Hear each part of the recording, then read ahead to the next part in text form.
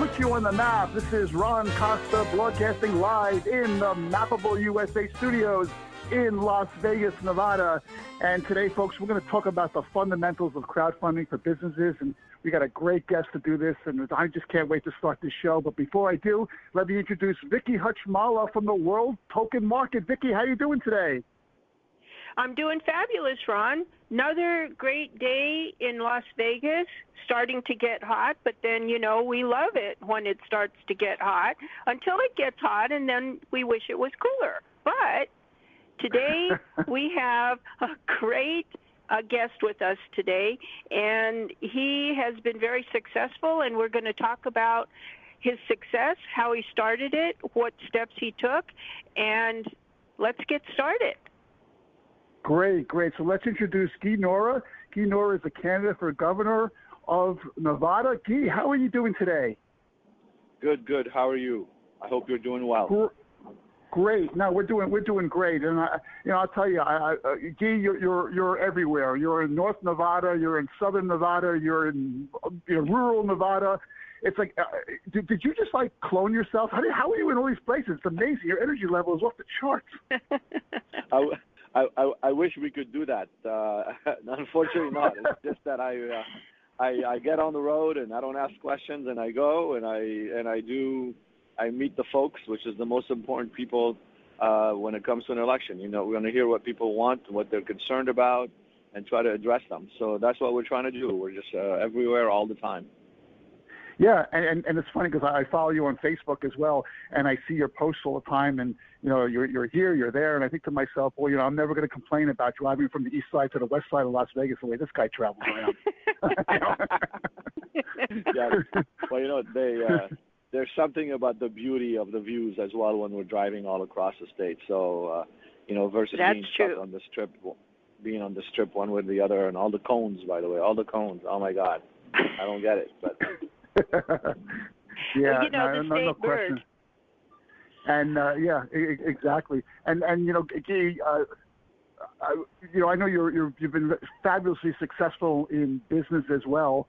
But before we get into that, can you just go over your background? I know you have an amazing background story. Can you tell us a little bit about yourself? Sure. I'll go briefly here. But I was born in Lebanon in 1960. I came to the U.S. in 1975 in high school, and then I was fortunate that I was able to go to college at Stanford.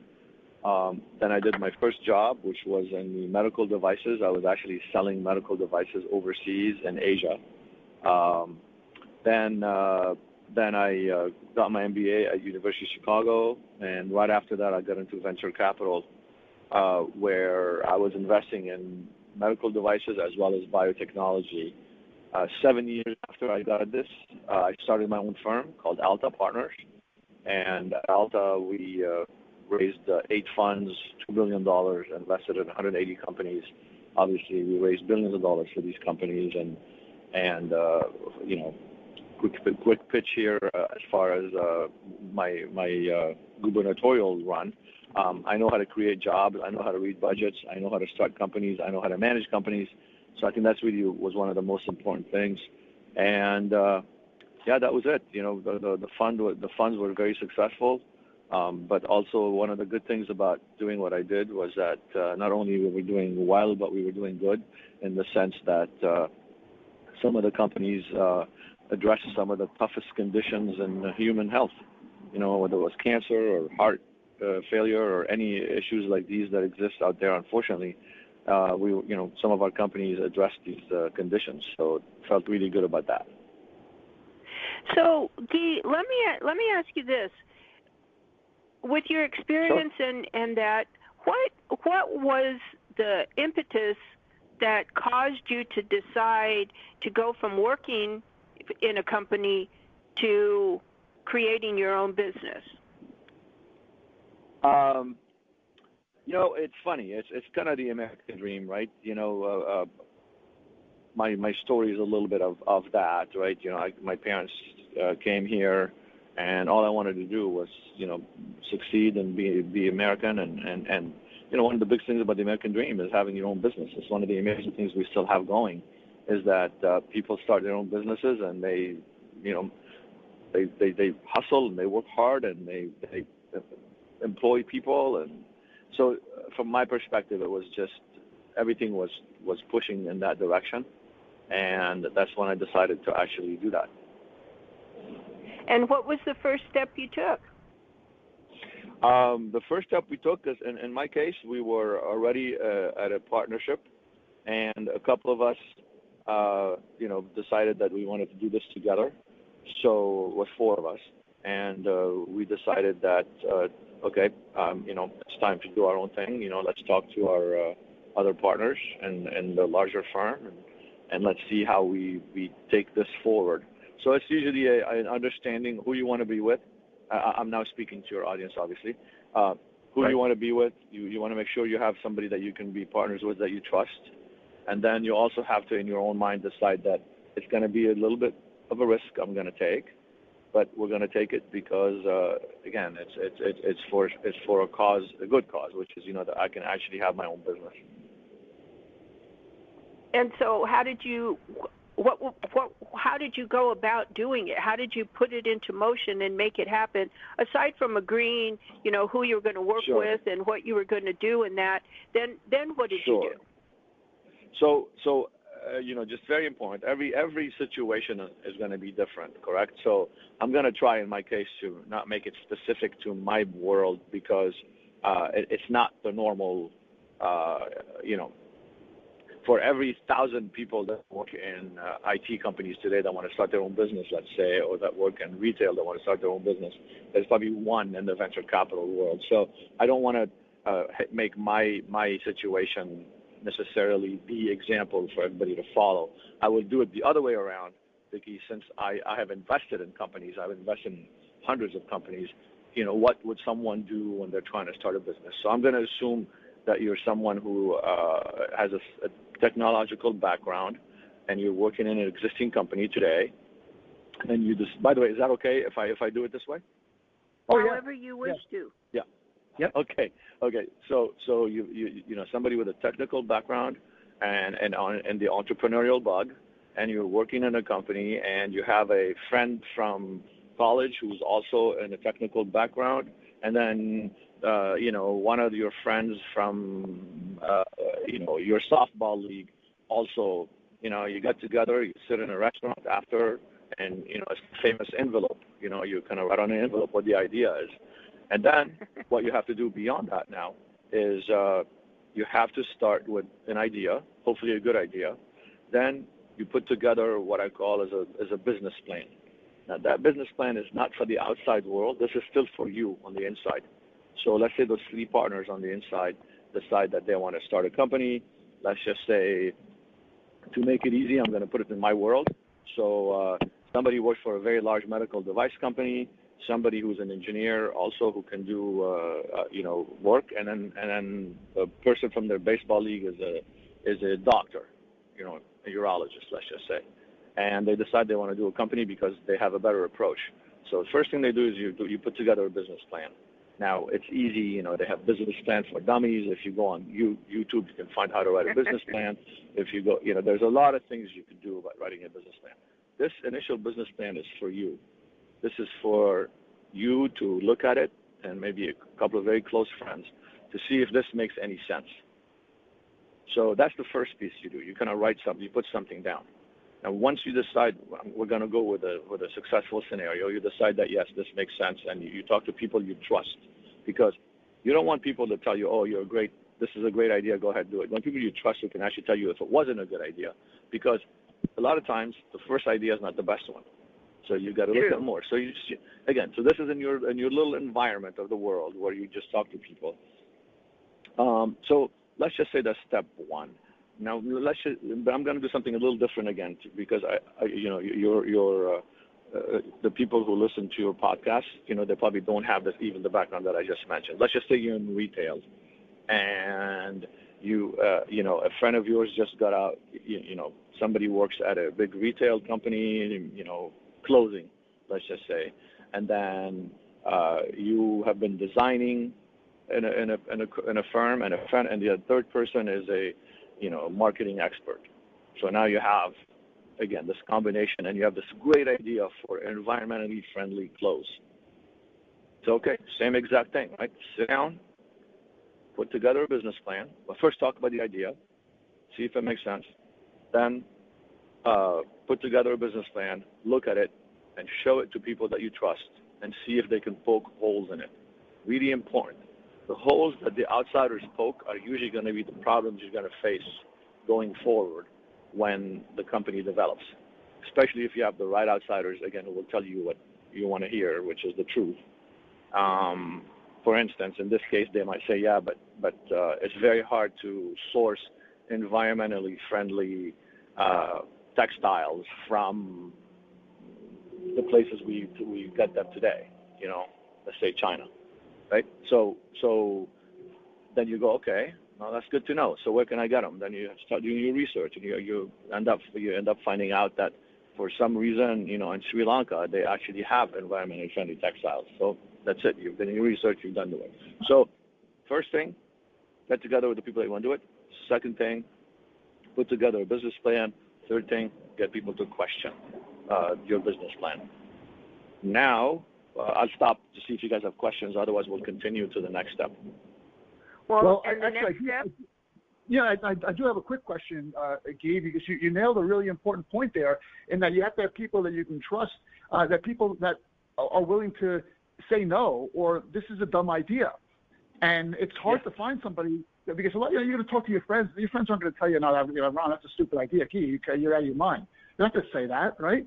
So, I mean, finding people who you can trust to do that's got to be a tough endeavor, right?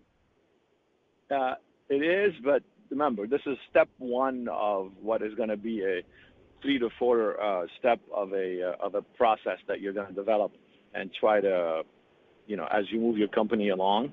This is just the first time you ask people on the outside for an opinion. Right.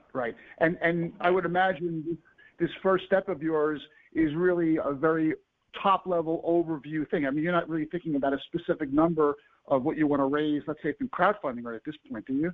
Not yet. Exactly. Okay. Not yet. This is just, hey, I have an idea. Do you think it's crazy, or should I try it?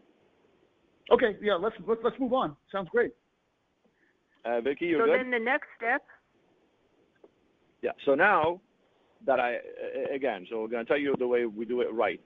A lot of people at this next stage usually don't know what to do, and a lot of times they make rookie mistakes. So the first thing you want to do is, if it's an idea that is protectable, you need to learn how to protect it. So if it's a trademark, or if it's an algorithm, or if it's a patent, whatever it is, you want to try to protect it. But that, the second thing is, this is where you start again, and I'm assuming the people that are starting this business are mid-career, maybe beginning career, but not necessarily, 18-year-olds with a great idea, but more mid-career. So now you want to start looking for what I call your support network. There are several organizations out there that will, where budding entrepreneurs can go and meet other budding entrepreneurs. Every state has them. Every city sometimes will support them. Sometimes even your local university will have a entrepreneurial class.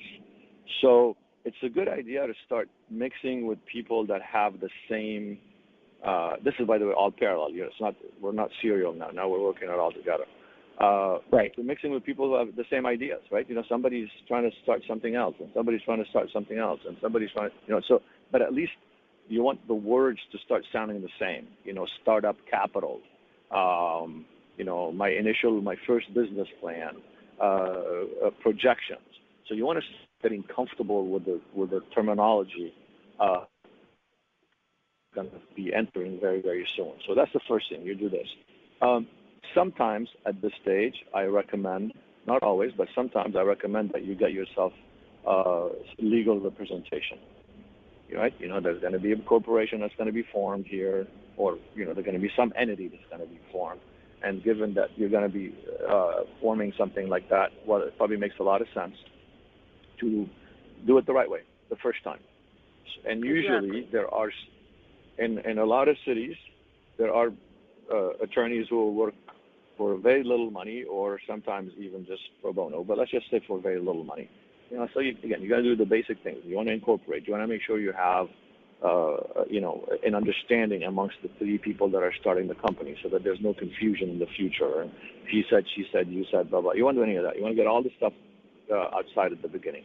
So that's another thing I usually recommend. And the third thing is now you really have to write a business plan, because the next step is going to be either you put up your own money, or friends and family are going to come in and put up some money behind you. So now you really need a business plan per se. The initial business plan was a reality check. This business plan is, okay, how much money is it going to take? How much is it going to cost? How long before we get to certain inflection points that are actually creating value? And then at some point, you also want to know what the revenues are going to look like. Let's say year 2, year 3, year 4, year 5. You want a 5-year plan. So in your own mind, you want a 1-year plan, 2-year plan, 5-year plan. You got to do them all together. But now you're talking about a serious business plan with numbers, with financial numbers, with cash, and you need to know how much you need to raise, and so that you have an idea of what this looks like as you go forward. And I'll stop now again for more clarification if needed. Well, yeah.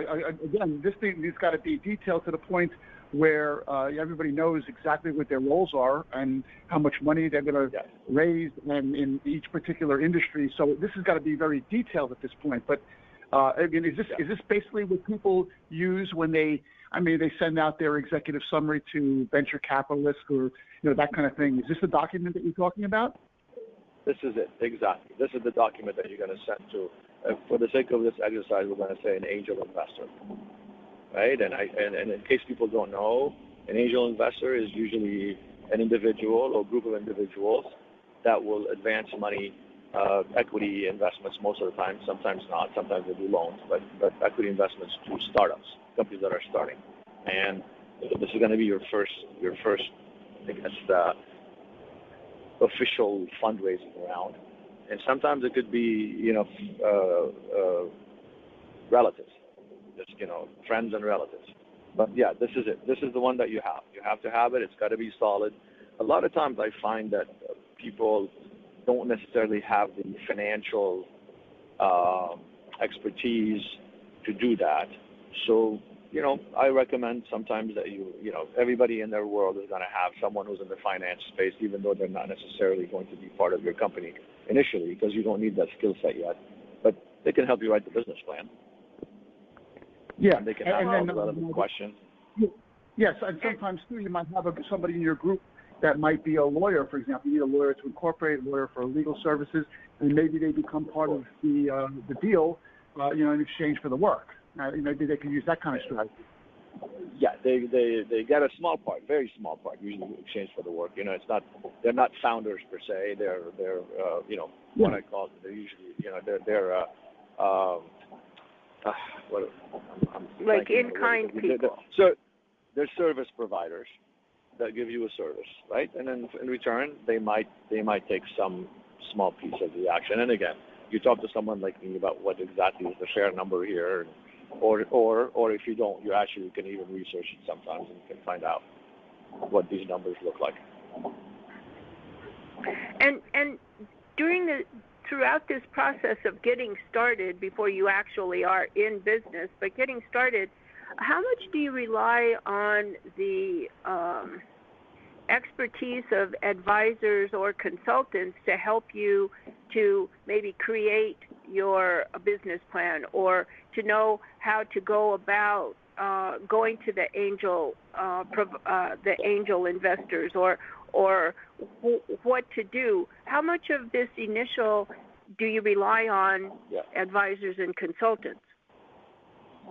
Okay, that's a great question. So this is going to be your first test as an entrepreneur, right? So to me, It's what I call strategic reliance and tactical reliance, which means don't rely 100% or even 50% and over on these individuals. This is your baby. Again, we're going to go back to the three people scenario. It's these three people's baby, and they should do as much as they can on their own based on their guts. Remember, this is a mid-career person, so it's not someone who's just started from scratch. So they know business terminology, they know the field they're in, they understand a lot of the specific metrics that need to be met.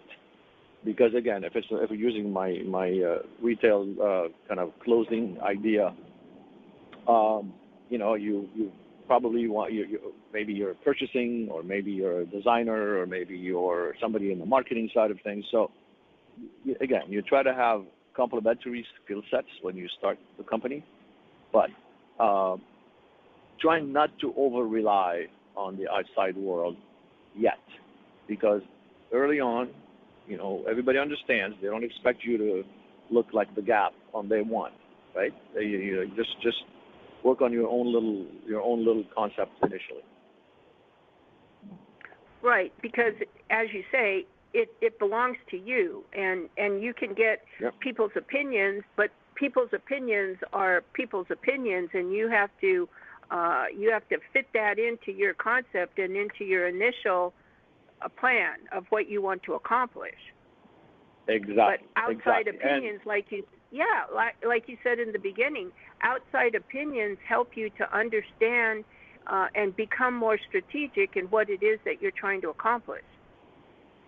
Exactly. But an important thing is that at some point, and when you're good entrepreneurs, at some point it becomes almost natural. The next decision becomes natural, and the next one after that becomes natural. And not all three people need to be entrepreneurs necessarily, and I mean by they're all entrepreneurs because they're starting a business, but to have the entrepreneurial mindset, if you want. But as long as one of them does, or two of them do, and the other respect, which is why it went back to the respect question, then it works, because everybody, they're being tested, but they're moving on, and they're doing what they're supposed to be doing. And it's kind of a bond. You create a bond where you trust and rely on each other to be able to do what needs to be done within your strategy.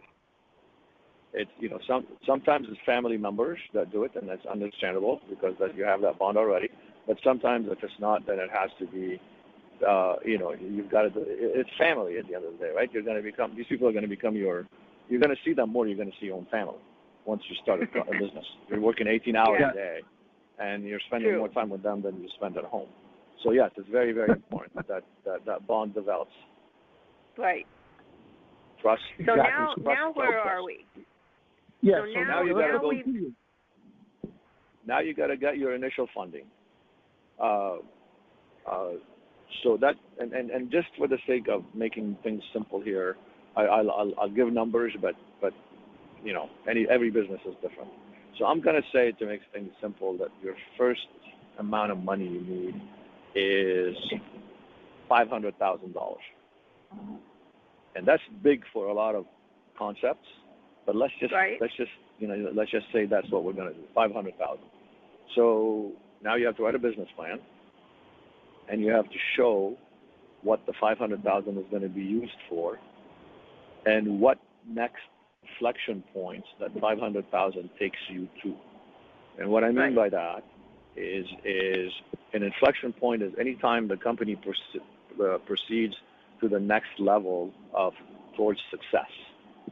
So let's say there are 5 things that have to happen before a company is considered successful.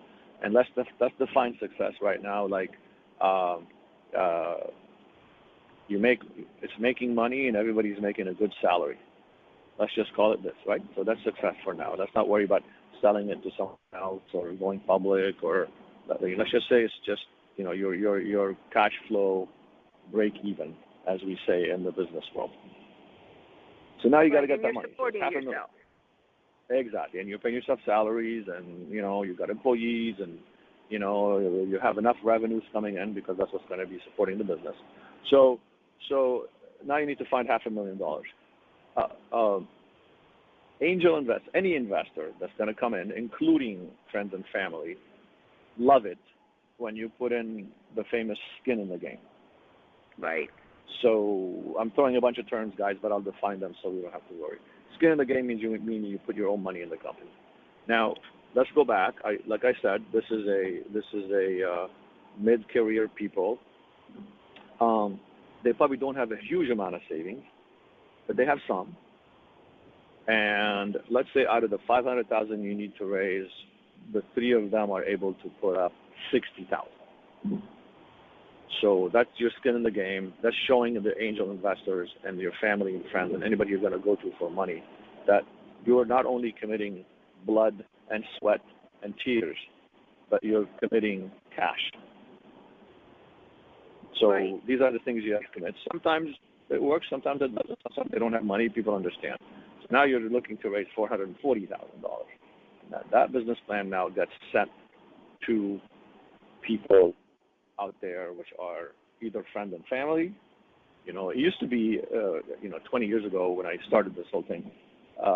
Actually, it's more than 20 years ago, guys. I'm dating myself. But anyway, you always went to your doctor friends because, they had all the money and they were golfing in the afternoon. You could show them a business plan.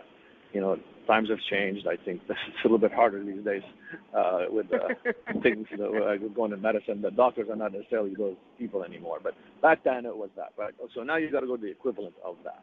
It's people in the community that have money and that could actually invest in your company. They even have in certain places, they have angel groups you can go present to. They're called angels. They have, so this is where, one more time, you're beginning to expand outside of your little circle. And for instance, if we go back with my analogy of clothing textiles business. Okay, well, guess what? Somebody knows someone who started a company and sold it very successfully to Banana Republic. Okay, well, that's a great person to talk to, A, because they have money, B, because they know a lot about this business. So now you're beginning to go, so your angel $400,000 in this example is going to come from maybe 5, maybe 10 people that are going to put up about 40, 50,000 each. Sometimes people will put more, sometimes people will put less. But now you're reaching out, sending business plans. Expect to send 200 of them, and maybe get 20 responses, and maybe out of 20 responses, 4 people will invest. I mean, this is the toughest part of the whole thing. Well, yeah. And getting people to part with their money is not easy. Never. In any example, go ahead.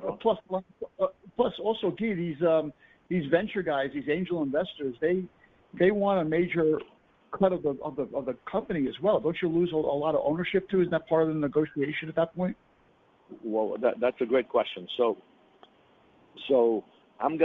this particular example, I'm gonna take you to, again, not necessarily institutional investors yet, but these are what we call, not necessarily, that's why you call them angels. They're kind of between your own money and institutional investors. So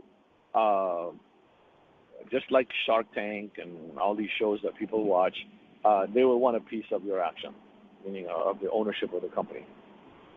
And this is something that I find 90% of entrepreneurs struggle with, because they're like, this is my company, why do I have to give it away? Why should I give anything away?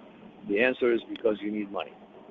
If you didn't need money, I agree, don't give anything away. But the fact that you need money, and sometimes expertise comes with money, but we use the Shark Tank analogy.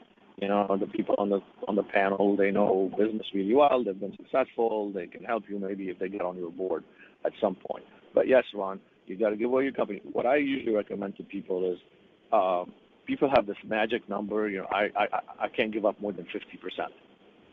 I understand, because that usually means control. But for now, the best way to do it is by using comps, just like real estate. there will be out there, you have to find them, but there will be out there probably a couple of dozen companies like yours, if not hundreds, that have been started in the textile, retail, clothing business that have fundraised, where the data is available that says how much they raise, where they are as far as stage of the company, and how much they had to give up. Now, again, if you have a lawyer who knows this business or knows people who know this business, they'll be able to kind of get you this data, but at least that's how you're negotiating from a place of knowledge rather than from a place of emotion, which is, well, I don't want to give up 50% of my company. Well, I don't know what the number you're going to give up with. But again, if you watch, people, I'm glad I came up with the Shark Tank analogy because it's exactly how this goes, just like you see on that show. Well, and in the negotiating for participation, you can always put into your agreement something about not owning a certain amount of the company, or the company as it grows and becomes more successful, they can buy back whatever it is that the initial investor put in, or you can negotiate anything to get back what you gave out, what you had to give up in order to get started. Yeah, so you touched on a really good point here, which is this whole negotiation that takes place. My advice, and we could spend 6 hours talking about the negotiations, but my advice is do not get emotional about that piece of the conversation. Keep your vision in mind. Your vision is, we're here to start a company. By now, we've put up a lot of work and energy on it.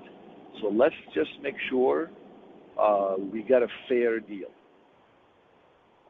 If you have investors that come in that are not going to be fair, then they shouldn't be your investor anyway.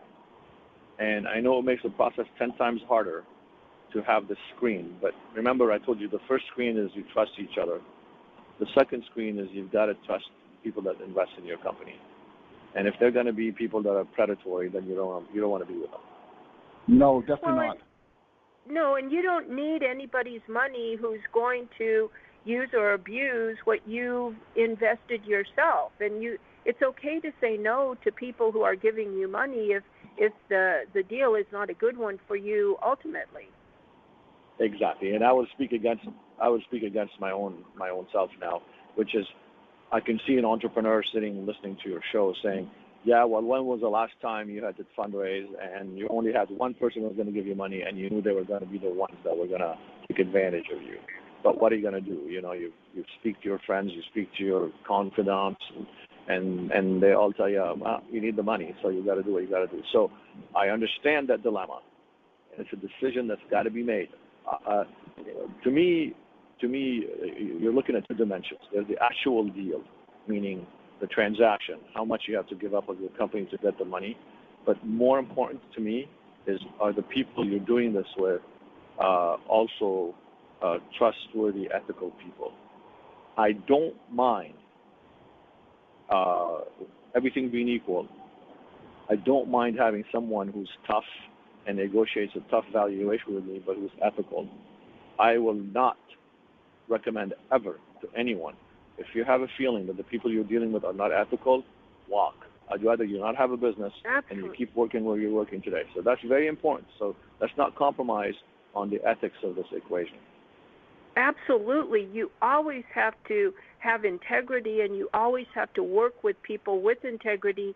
And if anybody crosses that line in any degree, you don't need them in your business. Even if it's harder, take the harder road, because you'll be better for it in the end if you always have integrity in what you're doing. Absolutely. Yep. And this is even that much more important when it comes to friends and relatives, and I'm saying this in quotes, because friends and relatives with no integrity is the worst thing in the world. That's true. That's for sure. But to a business. Yeah. So before we close out this podcast, I want to just get back to something that you said earlier. We were kind of talking about this from the business owner perspective. Maybe from somebody like yourself who's funded many businesses, What do you look at first when you see a plan? Is it the skin in the game? Is it the people? What attracts you most to the deal? It's a great question. I look for, first and foremost, judgment. Right? I can't be there every day as you're running your company, but you're going to be making dozens of decisions based on judgment. Dozens, right?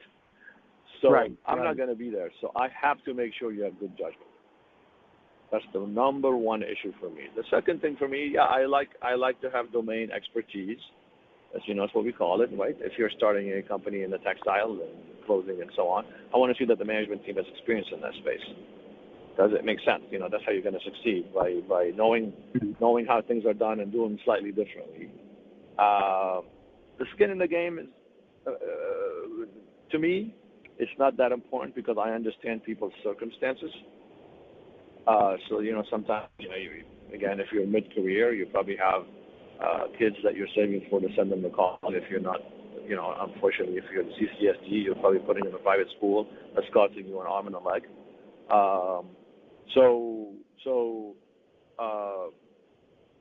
That piece to me is not that important. But the two other things I mentioned to you are very, very important. Okay, and then I have one last question. Again, we're talking about angel investors and venture capitalists and that kind of thing, but there's also the Regulation A route and general crowdfunding, equity crowdfunding, and options like that as well. Do you have an opinion as to one or the other? You know what? Again, I because of the world that I've lived in, obviously my company's, crowdfunding is not an option for a biotech company that's going to need to raise 100 and whatever million, in 2 rounds.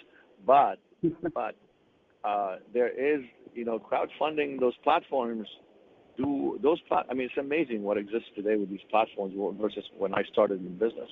These platforms are actually very, very good.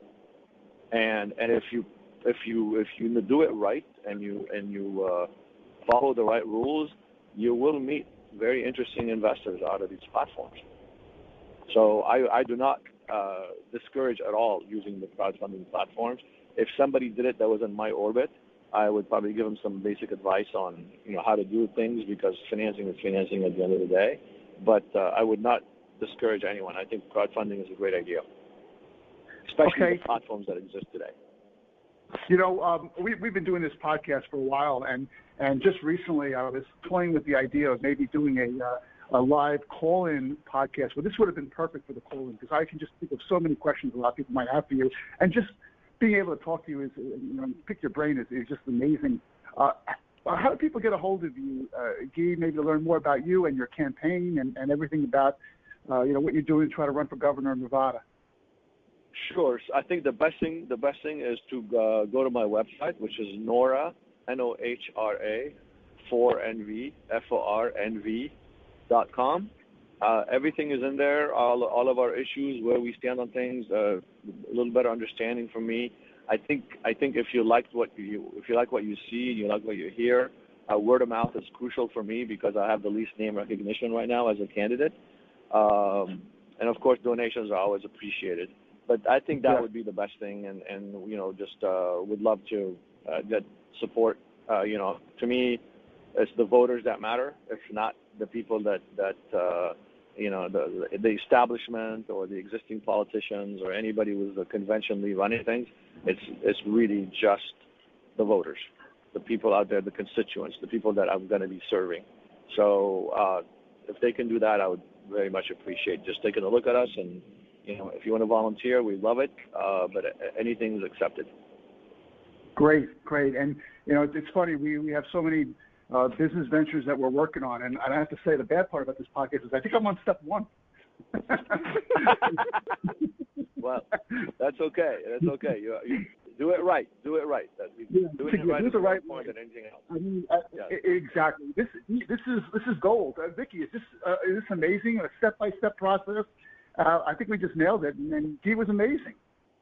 Oh, absolutely. You know, the expertise and the experience, the knowledge that Guy has, no wonder he would be a fabulous governor for the state of Nevada or any state, because you need people who can relate to the people, and you need people that are smart enough to operate a state, because a governor of a state is like having a business. And everything that Guy just said about starting a business and being successful in business is what you need exactly to run a state and have that state be successful for the people, whether they voted for you or not. And I think, personally, I think Guy would make a fabulous governor. Thank you so much.